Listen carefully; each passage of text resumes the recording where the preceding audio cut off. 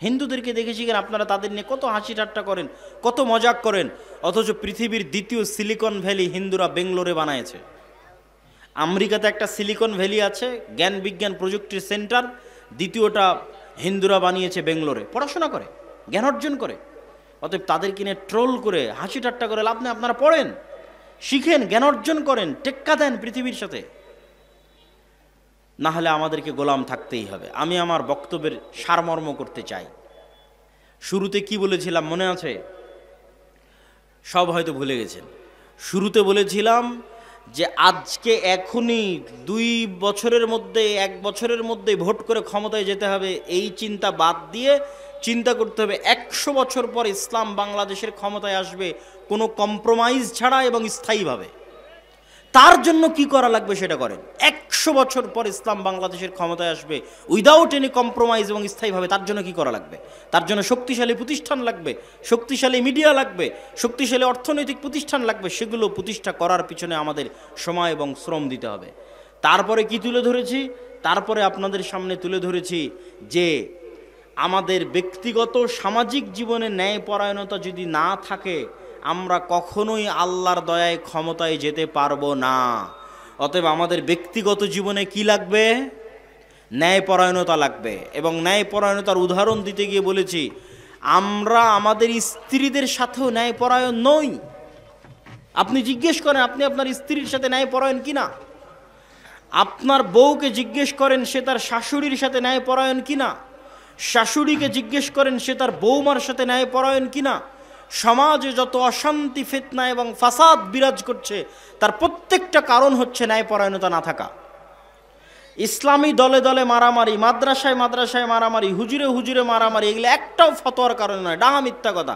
কোনো ফতোয়ার সমস্যা নাই, ন্যায়পরায়ণতা নাই। হয় দলের আমির জালেম, না হয় মামুর জালেম।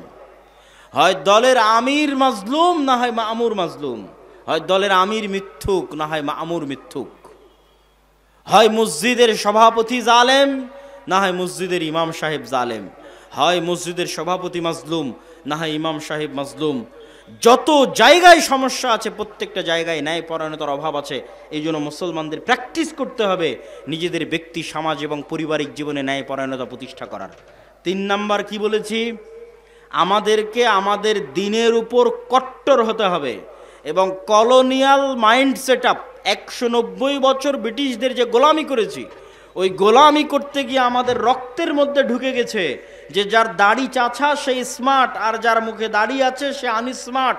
এই কলোনিয়াল মাইন্ড সেট আপের মুখে লাথি মারতে হবে, স্বাধীন হতে হবে। যেটা আল্লাহর নবী সেটা স্মার্ট, যেটা আল্লাহর নবীর নয় সেটা স্মার্ট নয়। এটা যেদিন শক্তভাবে বিশ্বাস করে নেবেন উইথ কনফিডেন্ট এবং উইদাউট এনি কম্প্রোমাইজ, শক্ত আত্মবিশ্বাসের সাথে, সেদিন আপনি স্বাধীন হয়ে গেছেন।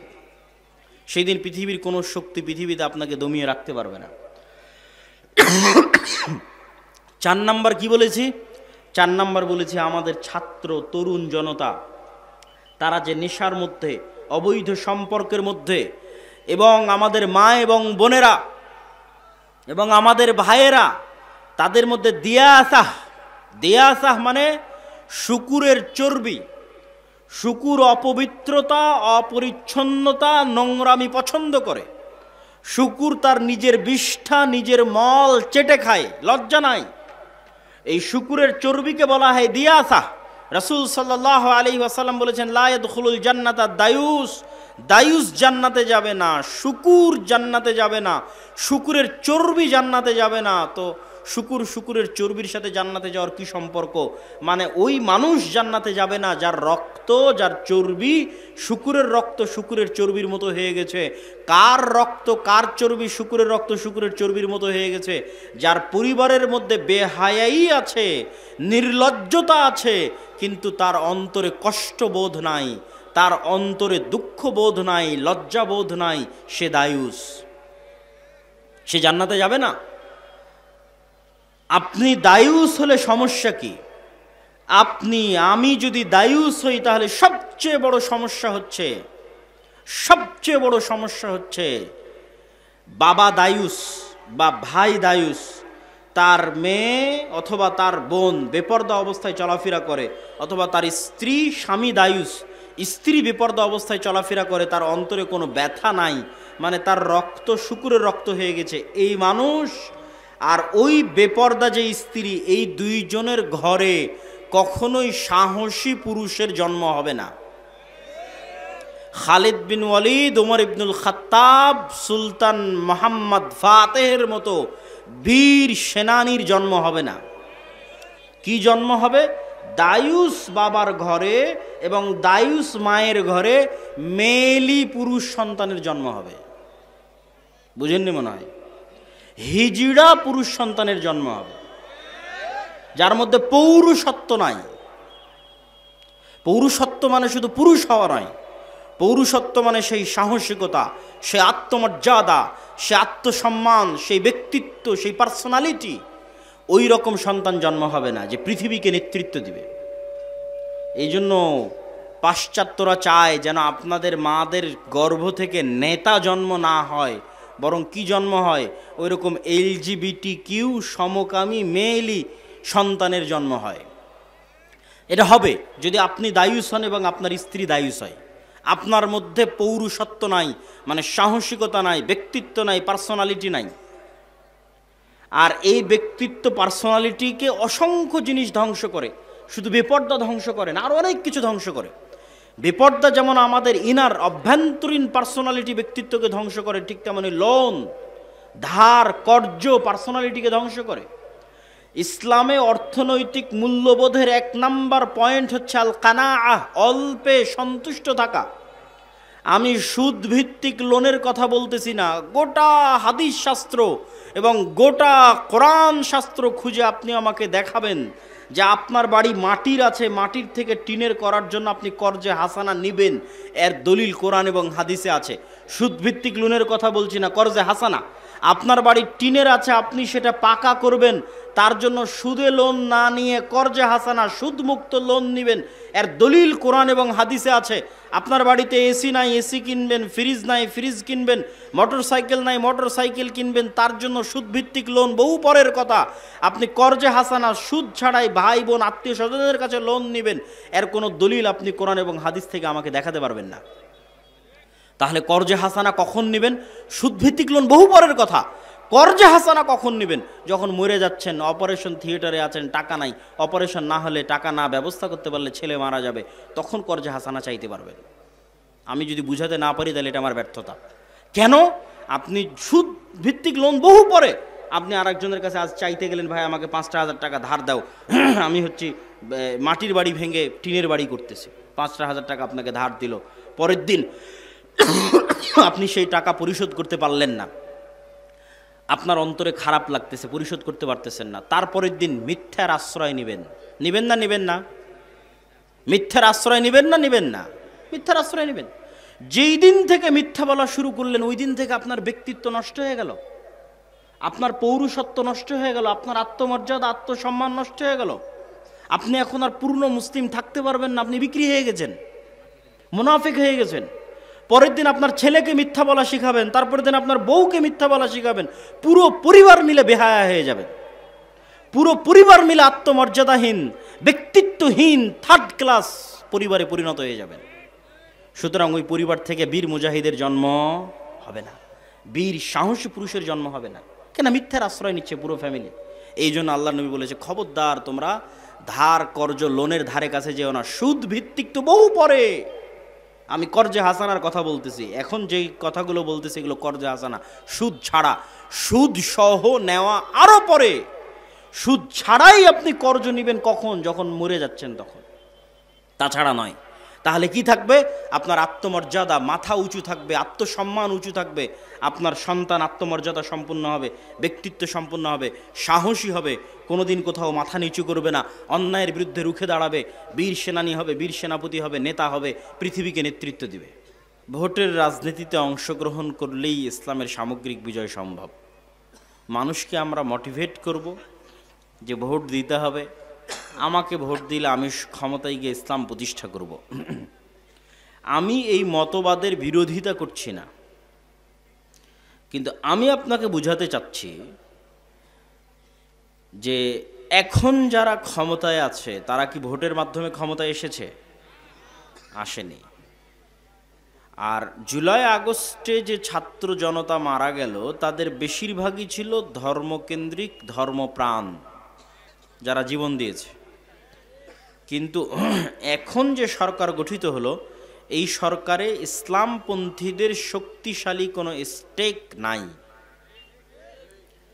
কেন নাই? তাহলে ইসলামপন্থীরা জীবন দিল, তাদের স্টেক নাই। তার কারণ হচ্ছে ইসলামপন্থীদের এরকম জনস্রোত আছে, লক্ষ লক্ষ ভোটার আছে, পঙ্গপালের মতো কোটি কোটি জনতা আছে, ভক্ত সমর্থক আছে। কিন্তু ইসলামপন্থীদের প্রতিনিধিত্ব করবে এরকম শক্তিশালী কোনো প্রতিষ্ঠান নাই, ইনস্টিটিউট নাই। সরকার যখন বিদায় নিল তখন অটোমেটিক যেখান থেকে ক্ষমতার শূন্যতা তৈরি হয়, ওই শূন্যতাটা রাষ্ট্রে এক্সিস্ট করে এরকম শক্তিশালী প্রতিষ্ঠানগুলো পূরণ করে। যখন স্বৈরাচার চলে গেছে তখন বাংলাদেশের সবচেয়ে শক্তিশালী প্রতিষ্ঠান বাংলাদেশ সেনাবাহিনী, তারা ওই শূন্যতাটা পূরণ করেছে। এরকম আরও অসংখ্য শক্তিশালী প্রতিষ্ঠান আছে, শক্তিশালী মিডিয়া প্রতিষ্ঠান প্রথম আলো, ডেইলি স্টার, শক্তিশালী অর্থনৈতিক প্রতিষ্ঠান ব্র্যাক, গ্রামীণ ব্যাংক, শক্তিশালী মানবাধিকার প্রতিষ্ঠান অধিকার।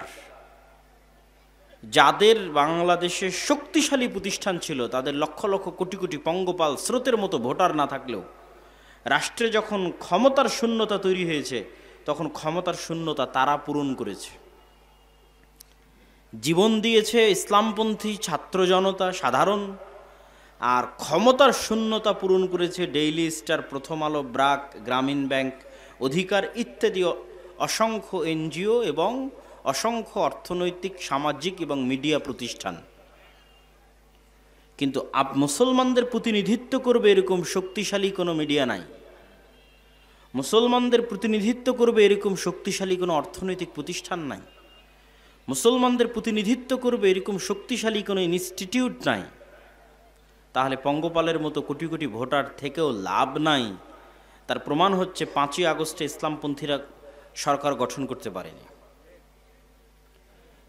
আপনি যদি মনে করেন আমি এখনই নির্বাচন করে এখনই ক্ষমতায় যাব, তাহলে এতটুকু নিশ্চিত থাকেন যে আপনি যদি 90% ভোটও পান জনগণের দিয়া, যদি আপনি ক্ষমতায় যান এবং ইসলাম প্রতিষ্ঠা করার চেষ্টা করেন, আগামী 5 বছর পর আপনি থাকবেন না।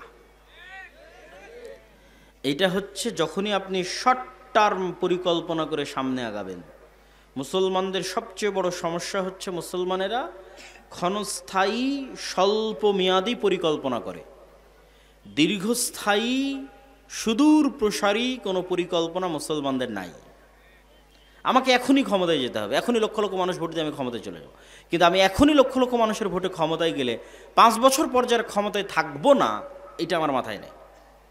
আমার তো এই চিন্তা করা উচিত যে আমি ইসলামকে বাংলাদেশে যেই দিন ক্ষমতায় নিয়ে যাব সেই দিন দুটো জিনিস ঘটবে। এক, উইদাউট এনি কম্প্রোমাইজ ইসলাম বাংলাদেশের ক্ষমতায় আসবে। 2, চিরস্থায়ীভাবে আসবে। 2 বছরের জন্য, 5 বছরের জন্য নয়, স্থায়ী। এটা হচ্ছে ইসলামের থিওরি। ইসলাম চায় এভাবে ক্ষমতায় আসতে, চুক্তিবদ্ধ হয়ে নয়, তোমার সাথে কম্প্রোমাইজ করে নয়, আদর্শগত কম্প্রোমাইজ করে এবং সময়গত কম্প্রোমাইজ করে ইসলাম ক্ষমতায় আসতে পারে না। ইসলাম ক্ষমতায় আসবে আইডিওলজিক্যাল উইদাউট এনি কম্প্রোমাইজ এবং স্থায়ীভাবে। তো মুসলমানদের সমস্যা হচ্ছে তারা স্বল্পমেয়াদী কাজ করে এবং রিয়্যাক্ট করে। অন্যরা সুদূর প্রসারী 100 বছরের পরিকল্পনা করে কাজ করে। তো 100 বছরের পরিকল্পনা করে যে কাজ করতেছে ওই কাজের একটা অংশ হঠাৎ করে আপনার সামনে প্রকাশ পেয়ে গেছে। হঠাৎ করে যখন আপনার সামনে প্রকাশ পেয়ে গেছে তখন আপনারা এরকম লক্ষ জনতা লিল্লাহি তাকবীর আল্লাহু আকবার বলে রাস্তায় নেমে গেলেন। এটাকে বলে রিয়্যাক্ট করা। আপনি সুদূর প্রসারী কোনো পরিকল্পনা তো করতে পারেন না, ওরা সুদূর প্রসারী পরিকল্পনা করছে। ওদের পরিকল্পনার কোনো অংশ যখন প্রকাশ পেয়ে যাচ্ছে আর আপনার কাছে মনে হচ্ছে এটা ইসলাম বিরোধী, তখন আপনি শুধু প্রতিক্রিয়া দেখালেন, রিয়্যাক্ট করলেন, মিছিল, মিটিং, বক্তব্য, লিল্লাহি তাকবীর আল্লাহু আকবার দিয়ে ওই পর্যন্তই শেষ। আপনি যে আবার পাল্টা কোনো সুদূর প্রসারী পরিকল্পনা করবেন এটা নাই। এই দুটো জিনিস না থাকার কারণে এবং মুসলমানদের মধ্যে এই জ্ঞানের অভাব আছে যে রাষ্ট্রে ইসলাম ক্ষমতায় আসলে সে কি উপকারটা পাবে। পাশ্চাত্য মিডিয়া মুসলমানদেরকে ভয় দেখায় যে ইসলাম যদি ক্ষমতায় আসে তাহলে দেখো এরকম ভয়াবহ চিত্র। কি ভয়াবহ চিত্র? এই দেখো দোররা মারা হচ্ছে, হাত কাটা হচ্ছে, রজম করা হচ্ছে, এরকম ভয়াবহ চিত্র তো কি তোমরা কি তোমাদের দেশে দেখতে চাও? তখন মানুষ ভীত সন্ত্রস্ত হয়ে যায়। কিন্তু ইসলামের এটিই যে একমাত্র চেহারা নয়, বরং ইসলামের আরেকটা চেহারা আছে যে ইসলাম যদি রাষ্ট্র ব্যবস্থায় প্রতিষ্ঠিত হয় তাহলে এটি হবে পৃথিবীর সর্বশ্রেষ্ঠ কল্যাণমূলক মানবসেবী ন্যায়পরায়ণ ইনসাফ প্রতিষ্ঠাকারী রাষ্ট্র। এই জিনিসগুলো প্রত্যেকটার অসংখ্য ব্যাখ্যা আছে। ন্যায়পরায়ণ ইনসাফ প্রতিষ্ঠাকারী মানে কি? ন্যায়পরায়ণতা কি? ইনসাফ কি? মুসলমানেরা তো এই ছোট্ট জিনিসটাই জানে না যে ন্যায়পরায়ণতা কি। তাহলে সে কেমনে বুঝবে যে একটা ন্যায়পরায়ণ রাষ্ট্র কেমন হয়? এটা সে কল্পনা, আপনার কল্পনার দৃষ্টিতে আপনারা দেখতে পারেন না যে ন্যায়পরায়ণ ভিত্তিক রাষ্ট্র কিরকম হতে পারে। কেন? মুসলমানদের ব্যক্তি জীবনে ন্যায়পরায়ণতা নাই। মুসলমানেরা ইসলামের বাহ্যিক যে রিচুয়ালস, বাহ্যিক যে আমল আখলাক, আনুষ্ঠানিকতা, সেটিকে ইসলাম মনে করে আমার মুখে দাড়ি আছে আমি মুসলিম, আমার মাথায় টুপি আছে আমি মুসলিম, আমি দান করলাম দানবীর আমি মুসলিম, আমি হজ করে আসলাম আমি হাজি, আমি তাহাজ্জুদের সালাত আদায় করি আমি নামাজি। কিন্তু সে তাহাজ্জুদের সালাত আদায় করার পরেও, নামাজি হাজি দানবীর হওয়ার পরেও সে যে মুনাফিক, এটা কিন্তু সে কোনোদিন বুঝতে পারেনি। কিভাবে মুনাফিক? রাসূলুল্লাহ সাল্লাল্লাহু আলাইহি ওয়াসাল্লাম বলেন, আরবাউন মান কুন্না ফি, চারটা বৈশিষ্ট্য যার মধ্যে থাকবে সে মুনাফিকান খালেসা, নিষ্কলুষ নির্ভেজাল খাঁটি মুনাফিক। এক, ইদা হাদ্দাসা কাযাবা, যখন কথা বলে মিথ্যা বলে, ওয়াইদা ওয়াদা আখলাফা, যখন ওয়াদা করে ভঙ্গ করে, ওয়াইদা তুমিনা খানা, যখন আমানত রাখা হয় আমানতের খেয়ানত করে। স্কুলের প্রিন্সিপাল এই দায়িত্ব আমানত, মাদ্রাসার মুহতামিম এই দায়িত্ব আমানত, ইউনিয়নের চেয়ারম্যান এই দায়িত্ব আমানত, এমপি মন্ত্রী minister OC AC land sub registrar সচিব প্রধানমন্ত্রী প্রধান উপদেষ্টা, এই প্রত্যেকটা পদ হচ্ছে আমানত। কিন্তু আপনি বলেন গত 16 বছরে এমনও দুর্নীতিবাজ ছিল যে তাহাজ্জুদ গুজার, কথা বলেন না যে, এমনও দানবীর ছিল যে প্রশ্ন ফাঁস করে সেই টাকা আল্লাহর রাস্তায় দান করেছে। তাহলে সে কি বুঝেছে ইসলামকে? সে ইসলামকে বুঝেছে এটা বাহ্যিক আচার আনুষ্ঠানিকতার একটা দিন। আমি বাহ্যিকভাবে সালাত আদায় করব, হজ করব, উমরা করব, অতএব আমি মুসলিম। কিন্তু আল্লাহর নবী তো বলে গেছে সে মুনাফিক। কেননা তাকে যে প্রশ্ন রক্ষা করার দায়িত্ব দেওয়া হয়েছিল, ওই দায়িত্বের সাথে সে কি করেছে? খেয়ানত করেছে। তাহলে আল্লাহর নবীর কথা অনুযায়ী সে নিষ্কলুষ নির্ভেজাল খাঁটি মুনাফিক। তাহলে মুসলমানদের ব্যক্তি জীবনে ন্যায়পরায়ণতা নাই, তাহলে সে কেমনে কল্পনা করবে একটা ন্যায়পরায়ণতা ভিত্তিক শাসন ব্যবস্থা? আমাদের ব্যক্তি জীবনে ন্যায়পরায়ণতা নাই। রন্ধ্রে রন্ধ্রে আমাদের সমাজ এবং রাষ্ট্র ব্যবস্থার প্রত্যেকটা সেক্টরে দুর্নীতি তথা মুনাফিকি তথা আমানতের খেয়ানতে পরিপূর্ণ। কিন্তু গত 16 বছর এরকম প্রত্যেকটা জালসা, ইসলামী সম্মেলন, অনুষ্ঠানের প্রধান অতিথি, বিশেষ অতিথি এমন কোনো OC AC land sub registrar MP মন্ত্রী ছিল না যারা না দানবীর ছিল, না হাজি ছিল, না উমরাকারী ছিল, না সালাত আদায়কারী ছিল। এরকম কোনো না কোনো বৈশিষ্ট্য, না হয় মসজিদ কমিটির সভাপতি, না হয় মাদ্রাসা কমিটির সভাপতি সেক্রেটারি, না হয় জালসার প্রধান অতিথি, না হয় সভাপতি। মানে এমন কোনো ইসলামী কাজ ছিল না যে ইসলামী কাজে সম্পৃক্ত তারা ছিল না, কিন্তু প্রত্যেকেই তারা নিজ নিজ দায়িত্বে আমানতের সাথে খেয়ানত করেছে, মানে তারা মুনাফিক। ঠিক আমি শুধু তাদেরকে গালি দিচ্ছি তা নয়, আপনারা এবং আমরা আমাদের ব্যক্তিগত জীবনে পরীক্ষা করতে পারি যে আপনার বাবা অথবা আপনি অথবা আপনার দাদা, আপনার বাবা তার বোনকে তথা আপনার বাবা আপনার ফুফুকে অথবা আপনি আপনার বোনকে বাবার সম্পত্তিতে ওই জায়গাটা দিয়েছেন যেই জায়গাটা কম দামি, পানিতে ডুবে থাকে, অথবা দেননি, কিন্তু আপনি তাহাজ্জুদ গুজার, আপনি হাজি, আপনি দাড়িওয়ালা, আপনি মাথায় টুপি, মাদ্রাসা মসজিদের কমিটির সভাপতি, সেক্রেটারি, মসজিদে প্রথম কাতারে, কিন্তু আপনি তো মুনাফিক। কেননা আপনি ন্যায়ের সাথে আপনার বোনের মুআমালাটা সমাধান করেননি, আপনার মধ্যে ন্যায় পরায়ণতা নেই, আপনি মুনাফিক। তো আমরা আমাদের ব্যক্তি জীবনেও, আমাদের রাষ্ট্রীয় এবং সামাজিক জীবনের কোনো স্তরে ন্যায় পরায়ণ নই, তাহলে আমি কেমনে বুঝবো যে ইসলামী রাষ্ট্র ব্যবস্থা কেমন হতে পারে, ইসলামী রাষ্ট্র ব্যবস্থা কতটা ন্যায় ভিত্তিক, কতটা সুষম, কতটা ইনসাফ ভিত্তিক হতে পারে। এটা এই ধরনের গণতান্ত্রিক সেকুলারিজম আর লিবারালিজমের বাংলাদেশে আপনি চোখেও দেখতে পাবেন না। ওইটা একমাত্র ইসলামই দিতে পারবে। কিন্তু ওই ইসলাম যদি ক্ষমতায় আনতে হয়, তাহলে যেমন আপনাদের এরকম শক্তিশালী প্রতিষ্ঠান লাগবে, ঠিক আমাদের ব্যক্তি জীবনে সততা এবং ন্যায়পরায়ণতা লাগবে। কেননা আপনার মাধ্যমেই তো ইসলাম ক্ষমতায় আসবে। তা আল্লাহ সুবহানাহু ওয়া তাআলা নিজে ন্যায়পরায়ণ, সারা পৃথিবীর সকল ক্ষমতার একচ্ছত্র মালিক তিনি তার দয়ায় আপনাকে ক্ষমতা দিবেন। আর আপনার মধ্যে ন্যায়পরায়ণতা নাই, তাহলে আল্লাহ কেমনে দিবে? কেন আল্লাহ তো ন্যায়ের সাথে পৃথিবী পরিচালনা করে, আল্লাহ তার ক্ষমতা ন্যায়ের সাথে পৃথিবীতে প্রতিষ্ঠিত করে। তাহলে আল্লাহ তাকে কখনোই ক্ষমতা দিতে পারে না যার নিজের মধ্যে ন্যায়পরায়ণতা নাই। আপনি জোর করে ক্ষমতা দখল করে নেবেন, সেটা ভিন্ন কথা। আল্লাহ আবার জোর করে ছিনিয়েও নিবে, যেমনটা আল্লাহ ছিনিয়ে নিয়েছে দেখছেন। সিরিয়াতে আল্লাহ সুবহানাহু ওয়া তাআলা ছিনিয়ে নিল 11 দিনে, আপনাদের এখানে নিয়েছে 36 দিনে, সিরিয়াতে নিয়ে নিয়েছে 11 দিনে, আপনাদের চেয়ে তো কম সময়ের মধ্যে। সুতরাং কুলিল্লাহুম্মা মালিকাল মুলকি তুতিল মুলকা মান তাশা, একচ্ছত্র ক্ষমতার মালিকানা কার হাতে? আল্লাহর হাতে। তো আল্লাহ যদি মনে করে তার দয়ায় আল্লাহ তার বাছাইকৃত বান্দাদেরকে ক্ষমতা দিবে, তাহলে অবশ্যই আল্লাহর সেই বাছাইকৃত বান্দাদেরকে আল্লাহর দয়া পাওয়ার উপযুক্ত হতে হবে। আর সেই দয়া পাওয়ার উপযুক্ত হওয়ার 1 নম্বর শর্ত, তাদের ব্যক্তিগত, পারিবারিক, সামাজিক জীবনে ন্যায়পরায়ণতা থাকতে হবে। তাহলে সে নেতা হতে পারবে। ন্যায়পরায়ণ এবং সত্যবাদী হওয়া ছাড়া you can't be a leader. আপনি আল্লাহর দৃষ্টিতে নেতা হতে পারবেন না।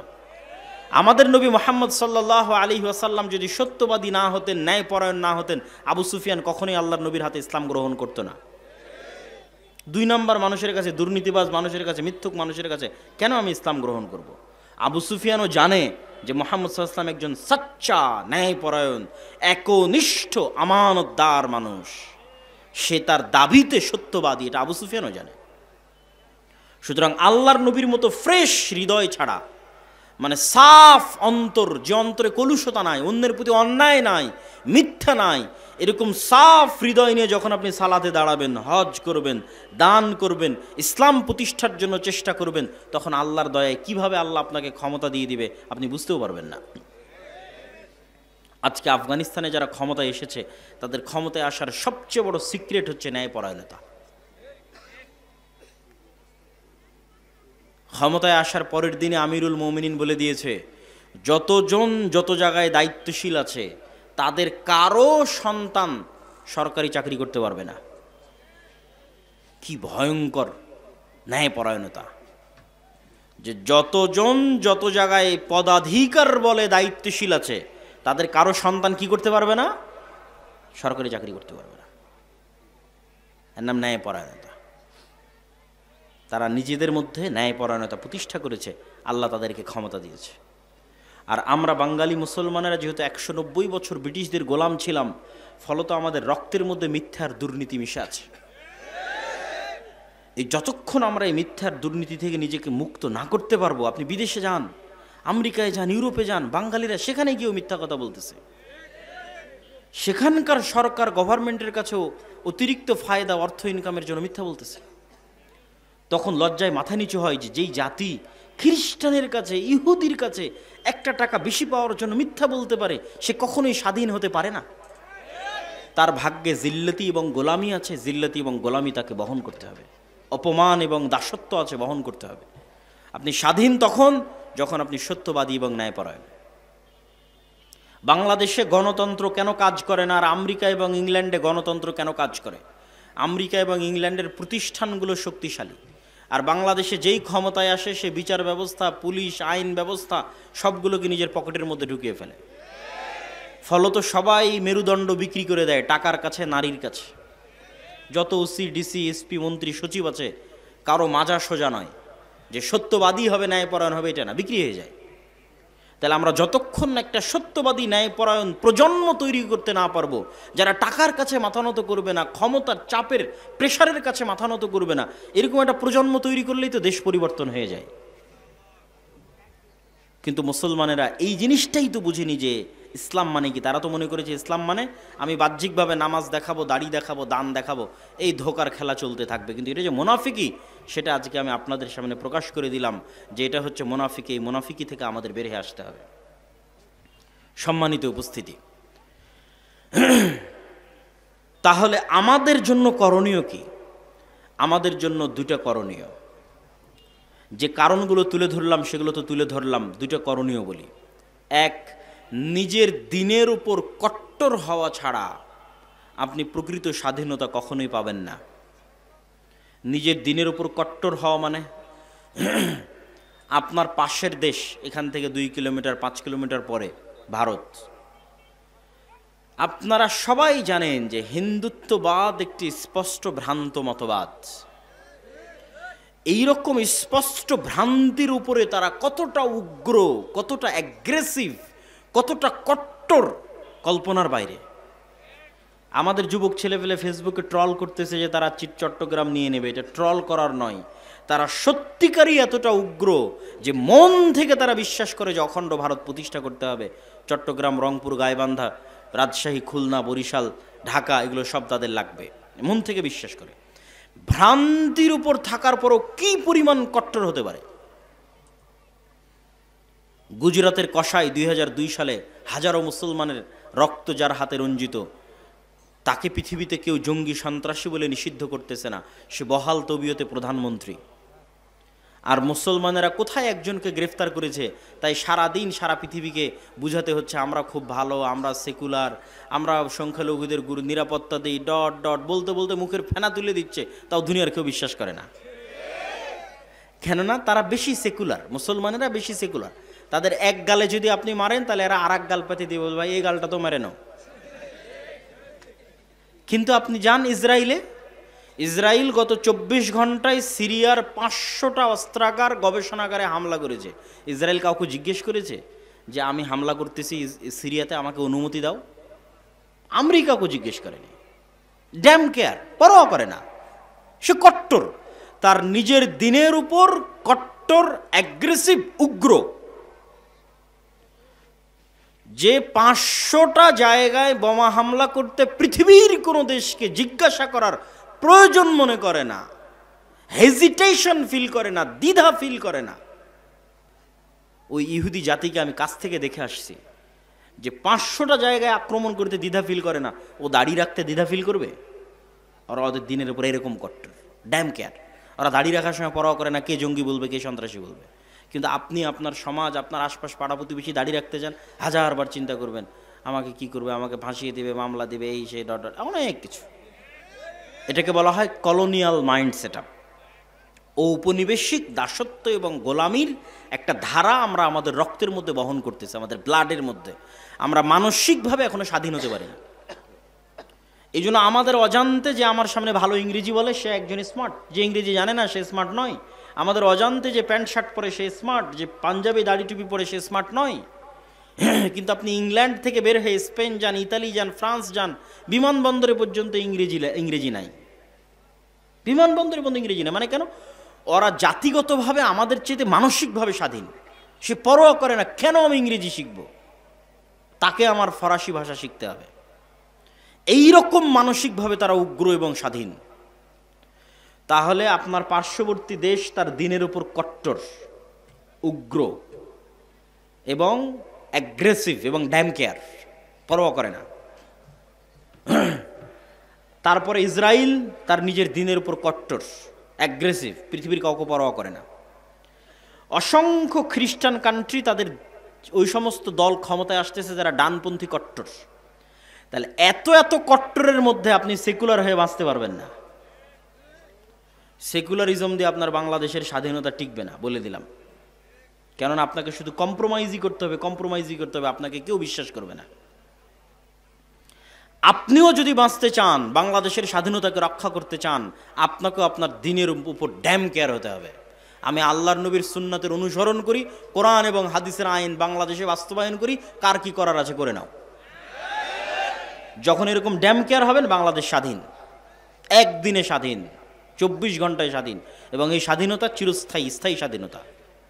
আপনাকে তেলাতে হবে না, তেল দিতে হবে না, কম্প্রোমাইজ করতে হবে না, বুঝাতে হবে না, প্রেস ব্রিফিং করতে হবে না, একদিনে স্বাধীন হয়ে যাবেন। এবং আপনারাও যদি আপনাদের ব্যক্তি জীবনে প্র্যাকটিস করেন, ইহুদিদের দেখে শিখেন, তারা অভিশপ্ত। আল্লাহ সুবহানাহু ওয়া তাআলা বলেছেন তারা অভিশপ্ত। কোরআন মাজিদে আল্লাহ বলেছেন গায়রিল মাগদুবি আলাইহিম ওয়ালাদ-দালিন, এই ইহুদিরা অভিশপ্ত। কিন্তু আপনি ভয়ঙ্করভাবে আশ্চর্য হবেন, তারা একটা অভিশপ্ত জাতি হওয়ার পরেও সারা পৃথিবীর মানুষকে ইহুদিরা শিখালো, ছেলে হোক মেয়ে হোক, দুটি সন্তানই যথেষ্ট। আপনি আমাকে একটা ইহুদি ফ্যামিলি বের করে দিবেন যার একটাই সন্তান অথবা দুটোই সন্তান। প্রত্যেকটা ইহুদি ফ্যামিলির 4টা, 5টা, 6টা, 7টা করে সন্তান। এই জন্য ছোট যে কারগুলো আছে, এই কারগুলো তারা ইউজ করে না। তাদের জন্য বড় হাইজ গাড়ি, নহা, যেটাতে 7-8টা সিট আছে, সেই গাড়ি লাগবে। কেননা ফুল ফ্যামিলি যেতে হলে ওই ছোট কারে তো হবে না, এই জন্য বড় গাড়ি বেশি ইউজ করে। সারা পৃথিবীতে ইহুদিরা এই সুদি কারবার প্রচলন করে রেখেছে। কোনো ইহুদির সাথে সুদি লেনদেন করে না, অথচ সারা পৃথিবীর সুদি কারবারের কন্ট্রোল তাদের হাতে। কিন্তু ওরা নিজেরা কখনো সুদি কারবার লেনদেন করে না। সারা পৃথিবীতে LGBTQ সমকামিতার মতো ভয়ঙ্কর অপরাধ গুনাহ শিখানোর জন্য কোটি কোটি টাকা তারা ব্যয় করতেছে, কিন্তু প্রত্যেকটা ইহুদি স্কুলে LGBTQ নিষিদ্ধ। এবং সেটা পরোয়া করে না যে এটা আমি নিষিদ্ধ করে রেখেছি তো কে আমাকে কি বলবে, এটা পরোয়া করে না। সম্মানিত উপস্থিতি, এই জন্য ওদের কাছে অনেক কিছু আপনার শিখার আছে, যে নিজের দিনের উপর কি পরিমাণ কট্টর হতে হয়। আপনি বাংলাদেশ থেকে বের হয়ে আর একটা খ্রিস্টানের সাথে ঘুরলে আপনি চুল পরিমাণ ধাক্কা খাবেন না। আপনি দেখবেন যে ওই খ্রিস্টান 6 দিন 5 দিন কাজ করে যা টাকা ইনকাম করছে, গার্লফ্রেন্ডের পিছনে, পাবে জুয়ায়, বারে মদে, উইকেন্ডে সাপ্তাহিক ছুটিতে শেষ করে দিচ্ছে। ফলত আপনার কাছে মনে হবে এটাই দুনিয়া। কিন্তু যখন আপনি একটা ইহুদির কাছে যাবেন, ইহুদির সাথে উঠা বসা করবেন, আপনি আশ্চর্য হবেন। আপনার হালালের চাইতে ওর হালাল খাওয়ার রেস্ট্রিকশন বেশি কঠিন। মদ শুকুর খাওয়া তো বহু দূরের কথা, ওর রেস্ট্রিকশনের জ্বালাতে আপনি টিকতে পারবেন না। আপনি বলবেন বাবারে আমরা কত বাছাই করি, তার চাইতে দেখি এরা আরও বেশি বাছাই করে। কি পরিমাণ কট্টর তাদের দিনের উপর। এমন কোনো রেস্টুরেন্ট নাই যে রেস্টুরেন্টে একজন হুজুরকে নিয়োগ দেওয়া নাই, যেই হুজুরের কোনো কাজ নাই। একটাই কাজ, শুধু রান্নাটা হালাল পদ্ধতিতে হচ্ছে কিনা সেটা দেখবে। আপনাদের বালিয়াডাঙ্গি বাজারে যতগুলো রেস্টুরেন্ট আছে, মনে করেন প্রত্যেকটা রেস্টুরেন্ট মালিক একটা করে হুজুরকে চাকরি দিয়ে রেখেছে। হুজুরের কি কাজ? শুধু দেখবে যে রেস্টুরেন্টের রান্না কিভাবে হচ্ছে, হালাল অনুযায়ী হচ্ছে, ব্যাস। প্রত্যেকটা ইহুদি রেস্টুরেন্টে একজন করে রাবাই আছে। ডিমটা ভেঙে দিবে রাবাই, গরু মহিষ মুরগি জবাই করে দিবে রাবাই। পুরো নিয়ম কানুন ইহুদি ধর্ম অনুযায়ী পরিচালিত হচ্ছে কিনা তা দেখবে। কি পরিমাণ কট্টর হতে পারে তাদের দিনের উপর। ওদের 90 জন দাড়ি রাখে, আপনাদের কয়জন দাড়ি রাখে? কেন আপনারা দাড়ি রাখার বিষয়ে হেজিটেশন ফিল করেন, আপনারা দ্বিধায় ভোগেন, আপনার দিনের উপর আপনার কট্টরতা নাই, আপনার বিশ্বাস নাই, কিন্তু সে ড্যাম কেয়ার, সে পরোয়া করে না। আপনার পার্শ্ববর্তী দেশ হিন্দু, সে পরোয়া করে না। তার কপালে সিঁদুর দিবে, হাতে বালা দিবে, আরেকজন মুসলমানকে জোর করে বলাবে যে বল জয় শ্রীরাম, পরোয়া করে না, ড্যাম কেয়ার। কিন্তু আপনি কেন ভীতু কাপুরুষ? কেন আপনি হেজিটেশন ফিল করেন আপনার দিনের উপর? আপনি যতদিন হেজিটেশন ফিল করবেন, গোলাম থাকবেন। কট্টর হন যে আমার দিনের জন্য আমি জীবন দিয়ে দেবো, যা করার করো। একদিনে স্বাধীন, আজীবনের গোলামি থেকে একদিনে স্বাধীন। এটা গেল এক নাম্বার, যে আমাদেরকে আমাদের দিনের উপর, আমাদের আল্লাহর নবীর সুন্নাতের উপর, আল্লাহ সুবহানাহু ওয়া তাআলার বিধানের উপর উইদাউট এনি কম্প্রোমাইজ কট্টর হতে হবে। কোনো প্রকার ছাড়, মিউ মিউ ছাড়া কট্টর হতে হবে। এটা আমার দিন, আমি এটা মানবো, এটা আমি চাই। আপনি স্বাধীন হয়ে যাবেন। তারপরে আমাদের করণীয় কি? তারপরে আমাদের করণীয় হচ্ছে আমাদের যুবক সমাজ, আমাদের ছেলে মেয়েরা, তাদের যুবক সমাজ এবং তাদের ছেলে মেয়েদের চেয়ে পিছিয়ে আছে নেশা, মাদকতা, ডিভাইস আসক্তি, mobile, TikTok, Facebook, reels, video game, free fire, PUBG, মদ, জুয়া, বিড়ি, সিগারেট, গাঞ্জা। এগুলোর মধ্যে আমাদের যুবক এবং ছাত্র সমাজ তাদের চারিত্রিক এবং নৈতিক পদস্খলন ঘটিয়ে ফেলেছে। ফলত তাদের প্রোডাক্টিভিটি নাই। মানুষও একটা মেশিন, এই মেশিনের একটা কাজ আছে, তাকে উৎপাদন করতে হবে। আপনারা যারা গার্মেন্টসে কাজ করেন, সেখানে উৎপাদন হয়, কতটা কাপড় তৈরি হলো গণনা করা হয়। আপনি একটা মেশিন, আপনি কি উৎপাদন করছেন? আমাদের যুবক সমাজ কি উৎপাদন করছে? সে তো শুধু সময় নষ্ট করছে। কিন্তু ওই সমস্ত দেশের যাদেরকে আমরা রোজ সকাল সন্ধ্যা গালি দিচ্ছি, গালি দিয়ে লাভ নাই, তারা তাদের সময়কে নষ্ট করে না, তারা তাদের সময়কে কাজে লাগায়, তারা প্রোডাক্টিভ। আর আল্লাহ সুবহানাহু ওয়া তাআলা পৃথিবীকে যেই সিস্টেমে ডেভেলপ করেছেন, ওই সিস্টেমে যদি একটা হিন্দুও চলে, একটা ইহুদিও চলে, আল্লাহ বাধা দিবেন না, ওই সিস্টেম অনুযায়ী তার কাজ হবে। এই কথাটা মনে হয় বুঝলেন না। আল্লাহ পৃথিবীতে সিস্টেম তৈরি করেছে, আগুন জ্বালায়। আগুন কি করে? ছুরি কাটে। তো এখন একজন যদি আর একজনের উপর ছুরি কাটে, তো 99% সময় আল্লাহ সুবহানাহু ওয়া তাআলা দেখবেন না কাকে কাটছে। অন্যায় ছুরিকে আল্লাহ কাটার কাজ দিয়ে, যেভাবে আল্লাহ পৃথিবী ডেভেলপ করেছে, আর একজন কাটছে, কেটে যাবে। ওই অনেক স্বল্প সময় ইতিহাসে এক একটা দেখানোর জন্য ইব্রাহিম আলাইহিস সালাতু ওয়াস সালামকে আগুনে ফেলে দেওয়া হয়েছে, জ্বলেনি। এক একটা দেখানোর জন্য, আল্লাহর ক্ষমতা, মুজিজা দেখানোর জন্য। কিন্তু আসলে আপনি মুমিনকে ফেলেন, মুসলিমকে ফেলেন, তাহাজ্জুদ গুজারকে ফেলেন, আল্লাহ পৃথিবী ডেভেলপ করেছে এইভাবে যে আগুনে ফেললে আগুন জ্বালিয়ে দিবে। কাকে ফেললো এটা দেখার বিষয় নয়, আগুনে ফেললে জ্বলবে। তো আল্লাহ সুবহানাহু ওয়া তাআলা পৃথিবী ডেভেলপ করেছে যে জ্ঞানে, বিজ্ঞানে, প্রযুক্তিতে যত বেশি এগিয়ে যাবে, পৃথিবীতে ক্ষমতা তার থাকবে। তখন জ্ঞানে খ্রিস্টান আগিয়ে গেল কি মুসলমান আগিয়ে গেল, আল্লাহ সুবহানাহু ওয়া তাআলা ওটা দেখবেন না। পরিশ্রম করে জ্ঞানে ইহুদি আগিয়ে গেছে, পৃথিবী ওদের।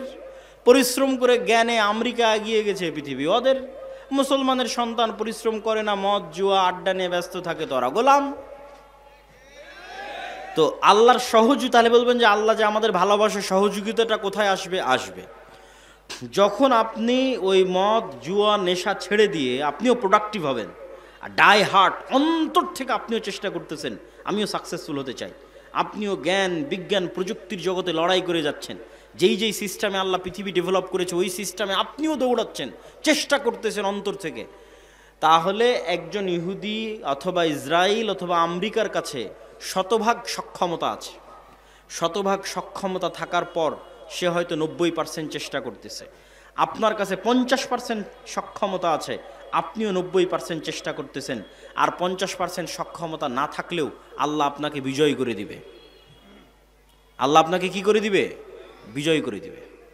এই জায়গায় তখন আপনি আল্লাহর দয়া এবং রহমত পাবেন। কিন্তু আপনি যদি চেষ্টা না করেন, তার আগ পর্যন্ত দয়া রহমত পাবেন না, তার আগ পর্যন্ত গোলাম থাকবেন। তাহলে যুবক সমাজ এবং ছাত্র সমাজ, ইয়াং জেনারেশন, তাদেরকে অবশ্যই তারা যে অন্ধকার জগতে ফেঁসে আছে, তারা যে জ্ঞানের পিছনে ইনভেস্ট করে না। আমি ইংল্যান্ডে 1 বছর ছিলাম, পার্কে যাই, বিশ্ববিদ্যালয়ে যাই, ট্রেনে উঠি, বিমানে উঠি, বাসে উঠি, কাউকে দেখি বই হাতে নিয়ে পড়তেছে। ওদের দেখে আমি নিজেকে লজ্জিত বোধ করতাম যে সে মুমিন নয়, কিন্তু সে পড়তেছে, সে বেপরদা অবস্থায় আছে, কাফেরা, সে পড়তেছে। তাহলে আমি একজন মুমিন হয়ে আমি পড়তেছি না? তখন ওদের দেখা দেখে আমিও যাত্রাপথে পড়া শুরু করেছিলাম এবং অনেক বই আমি তখন ওই ইংল্যান্ডে থাকা অবস্থায় সফরের মধ্যে পড়ে শেষ করেছি। কিন্তু বাংলাদেশে আসার পর এখন পর্যন্ত আর কোথাও দেখলাম না যে একটা মানুষ কোথাও বই হাতে নিয়ে পড়তেছে। তখন আমার মধ্যে থেকে ওই স্বভাবটা হারিয়ে গেছে। তাহলে আমাদের মধ্যে পড়ার এবং জ্ঞান অর্জনের আগ্রহ নাই। আমাদের সাধারণ সেকুলার ছাত্র জনতা তো বহুদূরে থাক, ইসলামপন্থী মানুষজনও তাদের সময় নষ্ট করে পারস্পরিক হিংসা বিদ্বেষ, গুতাগুতি, মারামারি, ঠেলাঠেলি, গীবত, পরনিন্দায়। যারা ইসলাম নিয়ে আলোচনা করে তারাও দুইজন যখন একত্রিত হয়, কোরআনের একটা আয়াত নিয়ে আলোচনা কর, কোরআনের হাদিসের একটা, বুখারী শরীফের একটা হাদিস নিয়ে আলোচনা কর, দিনের একটা বিষয় নিয়ে আলোচনা কর। না, কোন হুজুর কোন বক্তায় কি বলল, কে কোথায় ফেসবুকে কি কমেন্ট করেছে, কার বিরুদ্ধে কে লাগলো, এক জায়গায় একত্রিত হলে সেগুলো নিয়ে গল্প শুরু হয়ে গেল। সময় নষ্ট, প্রোডাক্টিভিটি নষ্ট।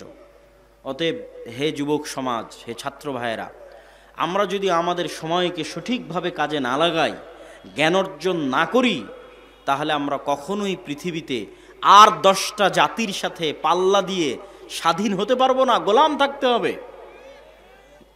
গোলাম আছি, গোলাম থাকতে হবে। আমি চেষ্টা না করলে আল্লাহ রাস্তা দেখাবে না। অতএব আমাদের জাতির মুক্তির জন্য কাউকে না দেখে হলে অন্তত আপনার পাশে যারা আছে তাদের দেখে শিখেন।